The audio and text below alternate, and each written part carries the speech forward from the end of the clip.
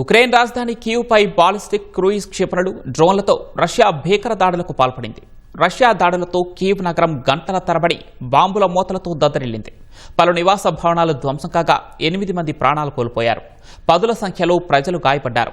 భయాందోళనలకు గురైన ప్రజలు బంకర్లు, మెట్రో స్టేషన్లలో తలదాచుకున్నారు.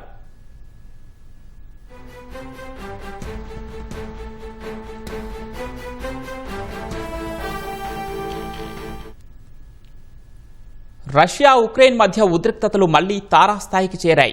ఉక్రెయిన్ రాజధాని కీవ్ లక్ష్యంగా రష్యా విరుచుకుపడింది. ద్నీపర్ నదికి ఇరువైపులా ఉన్న కీవ్లోని మొత్తం 10 జిల్లాలపై రష్యా దాడుల ప్రభావం పడింది.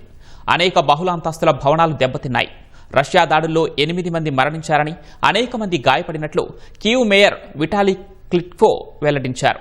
ఉక్రెయిన్ అధ్యక్షుడు జెలెన్స్కీ, ఇతర ఉన్నతాధికారుల హెచ్చరికలతో అప్రమత్తమైన కీవ్ నగరవాసులు ప్రాణభయంతో ముందుగానే మెట్రో స్టేషన్లోకి పరుగులు తీశారు. ఈ దాడులు కీవ్ నగర వ్యాప్తంగా విధ్వంసం సృష్టించాయి. డెస్నియాన్స్కీ జిల్లాలో ఓ 9 అంతస్తుల భవనం పాక్షికంగా ధ్వంసం కాగా అందులో పలువురు చిక్కుకున్నారు. వారిని రక్షించేందుకు సహాయక చర్యలు కొనసాగుతున్నాయి. హోలోసివ్స్కీ జిల్లాలోని ఓ బహుళంతస్తుల భవనంపై మంటలు చెలరేగాయి. కొన్ని చోట్ల శిథిలాల కింద పలువురు ఇరుక్కుపోయారు. అనేక జిల్లాల్లో భారీ ఆస్తి నష్టం జరిగినట్లు అధికారులు గుర్తించారు.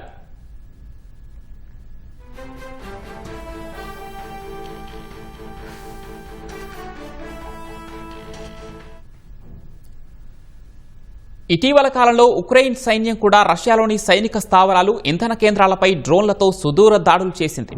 దీనివల్ల రష్యాలో ఇంధన కొరత ఏర్పడి సరఫరాకు అంతరాయం కలుగుతోంది.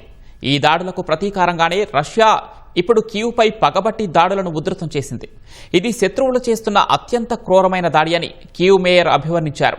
ప్రజలు ఎవరూ కూడా షెల్టర్ల నుంచి బయటకు రావద్దని ఆయన విజ్ఞప్తి చేశారు.